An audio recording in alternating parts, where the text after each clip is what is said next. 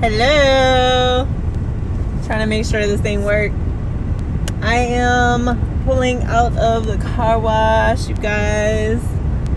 My husband was telling me the other day, he was like, why are you gonna go wash your car and do all that? And I said, because I can't stand looking at it anymore. So I wish I would have taken a before picture, but yeah, it was horrible. So lots and lots of pollen buildup, and then it had been a while since I vacuumed it too. So just went ahead and stopped by this amazing car wash here in Jacksonville. You can actually just drive through it, and then the vacuums are free. So I got to use the vacuums for free and do all that. Trying to see where I want to come out at. I think I'll go back down this way. Anyway, I came on here because I wanted to talk a little bit about something that I've been experiencing for a really long time, at least the last couple of years. And I wanted to share a little bit about it because today I actually became aware of something else that dealt with this particular issue. So I was doing hamstrings and glutes today for my legs, and these people just do what they want around here. But anyway, yes, so I was also doing some hamstring curls, and I had a really good friend who was at the gym at the same time. And as I was in my second set, I believe, I was doing dumbbell decline, I guess you could call it decline dumbbell hamstring curls, where I put a dumbbell in between my feet, and then I do hamstring curls like that. So if you'd like to know more about that, hit me up. I can send you a video, or you can check our YouTube channel. We have one on there too. But anyway, it is a movement that is very strategic.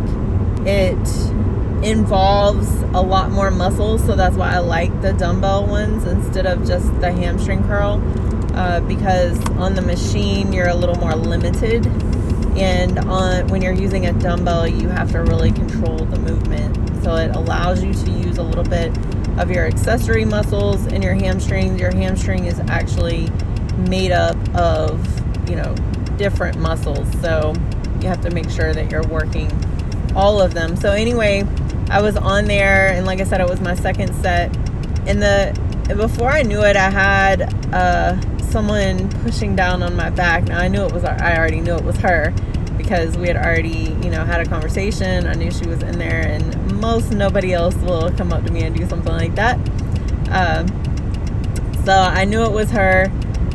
And for anyone who knows me or doesn't know me, I have a lot of lower back pain. I have a compressed spine, and I really I'm not gonna say suffer, because if I can wake up in the morning and I can get up, I'm not really suffering, right? So I'm not gonna say suffer. I try to make sure I choose my words wisely, because when we tell ourselves certain things, then of course that's what we believe, and at the end of the day I'm not suffering. Okay, so I'm clarifying that for myself, not anyone else. Like I said, I'm really working on my own well-being, and I'm in my own journey, and just learning how to release myself from things that were out of my control or things that I've done in the past. But beyond that, let's get back to the workout. All right, so anyway, she pressed down on my back, and it felt so relieving. Okay, and when you have someone that's kind of knowledgeable, like she's experienced, she works out a lot, she's competing, and so she's pretty experienced. She's a little newer in her journey too, but she is experienced as far as the workouts and things like that. She also encounters sciatica and lower back pain, so those of us that have those things, it's easier for us to notice when other people are doing things that could cause it to get worse. So she noticed that when my hamstrings began to get weaker, I actually began to use my back. This is pretty much all of us, you guys. we don't realize we're doing it because, to the untrained eye, it looks like we're doing what we're supposed to be doing. There's a lot of personal trainers out there who are not aware of these things. I was one of them.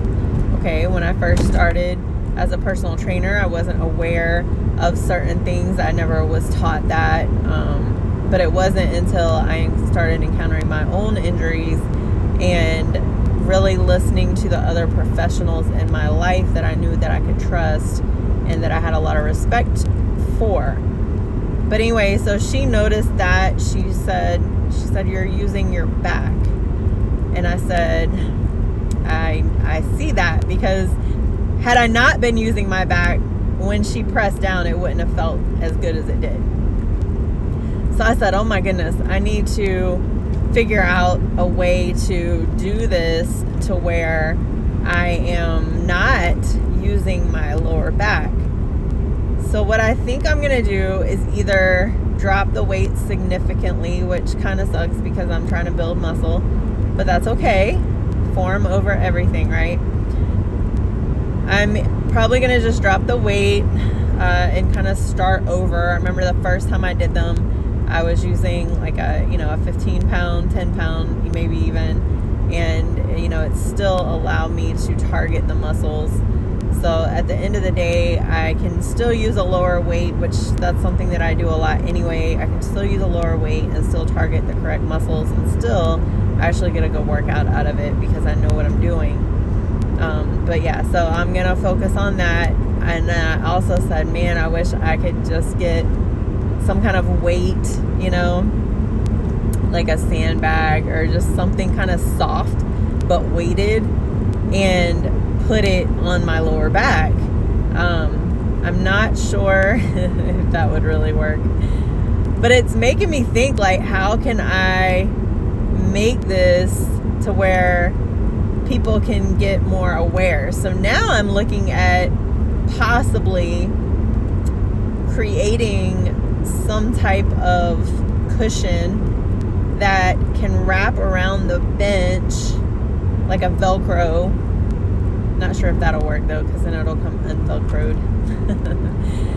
Something though, I'm gonna create something that can wrap around the bench and keep us down. So not like a belt or anything like that, but and it might be something like that. But I'm gonna look into it and see what's already out there and see what I can create. But anyway, I mentioned that to her. I said, oh my gosh, I need to, because I didn't even realize I was compensating that much when I was doing it. And that's the thing too. I always say, I watch everyone else and I can critique everyone else's form and ensure they're not making the same mistakes that I've made in the past.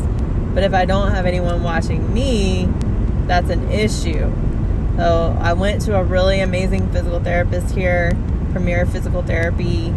Chris Kopp is the physical therapist, the main physical therapist there. He's got a whole team, but they have 2 locations. But I went to him and he was really teaching me some of the things where I was compensating, and exactly what she was saying today, where I would start using my lower back. And that's where my back pain stems from, and that's why it gets so prevalent.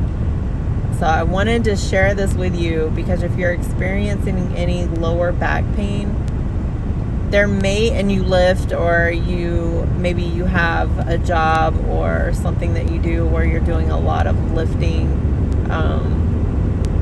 whatever the case may be. But if you have any lower back pain, there is a high possibility that you may be compensating in certain areas.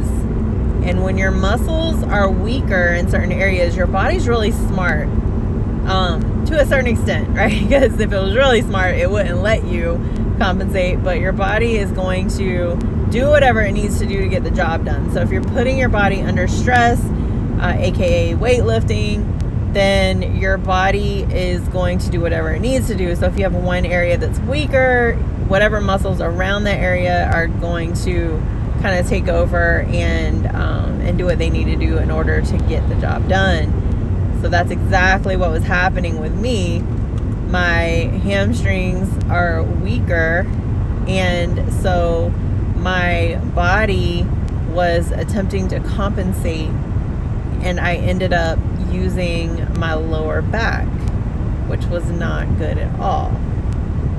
It was actually hurting really bad. So when she pressed down, oh my goodness, it just felt amazing. It just felt so good. And so on my third set, I was sitting here looking. I got a little distracted. My bad, you guys. There was an accident, so I was kind of looking over. But on my third set, she was still there, and I went over and grabbed her, and I said, hey, she was done with her set. But I said, hey, oh, what are these people doing? I'm not going to Starbucks, but I have to be stuck behind these people. I said, hey, will you come press down on my back again for this last set? And so she did. And oh my gosh, not only do I feel like that set was just so much better, but I also felt, okay, I'm about to totally go around these people because I'm not going there. Why do people wait on time management, y'all? Time management. Anyway, I'm gonna get distracted again. But yeah, so that's the purpose of this video. I wanted to share that because I know that I'm not the only person who suffers from these things. And, you know, if we don't have anyone who tells us or makes us aware of certain areas that we may be, you know, compensating in or things like that, then we're just going to keep going through the motions, and we're just going to keep doing the same stuff. And then we're going to wonder why we end up not being able to walk. Okay. Lower back pain is no joke, believe me. I deal with it a lot. So I also told her, I said, you know, I think tomorrow I'm going to take an active rest day where I'm just going to, you know, take the dog out. And, maybe I'll go do some cardio in the morning or something kind of light. Just because my hamstring, my piriformis, and my lower back are just really, really sore right now. And sometimes we have to choose to listen to our bodies. You know, it's not always the best case scenario. Like, I really love to work out, so I really love to be able to go. But if I'm in a lot of pain, then I also need to know when to back off. Because at the end of the day, this is about longevity. This is about being able to continue. And I want to be able to be, you know, 80 years old and still be able to go to the gym and still be able to lift weights. And yeah, so however I can do that to take care of my body now, even though there's a ton of things I didn't know, you know, 20 years ago as I was thrashing my body. But now I'm learning. And so as I'm learning, I'm going to do whatever I need to do in order to, you know, keep it in good shape. So I also learned about a method the other day that I'll be looking more into and hopefully trying out here pretty soon, called the MELT method. It's MELT. I'd never heard of this, you guys, but there's a lot of science that goes into it, and I started looking into it. I was on a workshop and the lady was talking about it, and I was just like, well, this is interesting because I've never heard of it. But it's actually made for people who have, you know, lower back pain and, you know, tightness and ITB band issues and, you know, sciatica issues and things like that. And I have all of the above. It's also for people who have shoulder pain and literally any kind of pain. So I'm going to be looking into that because I do have a lot of pain that I'm dealing with. And if there's something out there that I haven't tried besides, you know, chiropractor and physical therapy and things like that, if there's something out there that I haven't tried that I can do and make like a one-time investment to do it, then so be it. So I'm going to look into that and see what I can do there. But like I said, I just wanted to make sure I came on here. I wanted to share this with you because I know that I'm not the only one who deals with pain, especially lower back pain. And so I wanted to make sure that I shared what I learned today about what I was doing incorrectly, and my body was just doing it, so I wasn't even aware of it. So that's why it's also important, you guys, and I talk a lot about this, it's so important to keep people around us who allow us to become aware of things. So, you know, I work out by myself all the time, but today, had she not come over and become aware of that, I would not have known that I was using my lower back because I was lying on the bench. And I do focus a lot on trying to press my body down into the bench so I don't arch or anything like that. But like I said, when your muscles are under stress and you're, taking them past their limits, they're going to continue to work however they need to work in order to get the job done. So that's exactly what was happening. And I'm just grateful that she noticed it for me. So maybe, if you're ever experiencing that, and this is why I always advise people to work with a personal trainer, for a good personal trainer, someone that knows what they're doing, you guys, not just any old personal trainer, okay? You got to be careful. Make sure if you have any injuries or anything like that, you want someone who's dealt with those injuries, or at least is really big about not allowing you to get injured. So I always say look for an experienced personal trainer. I'm actually doing mentorship with some personal trainers now, sharing some of these things that they haven't encountered, so that way they can really show it for their clients a little bit better, and make sure their clients are more aware of some of these things, since, like I said, I didn't learn them until after I actually had the injuries, and then listening to, working with professionals. There's always more to learn, always. And that's what I really love about this profession and just being in the health field, because there's always more to learn, and it never gets boring, and it's always interesting. And most of the time I'm learning because I'm going through it.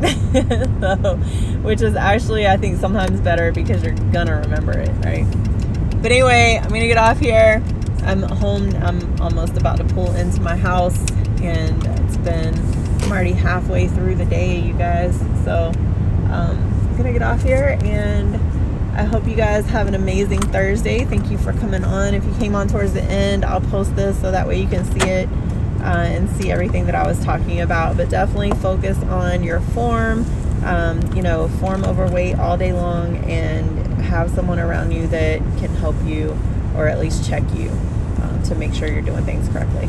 All right, bye you guys. Have a blessed one.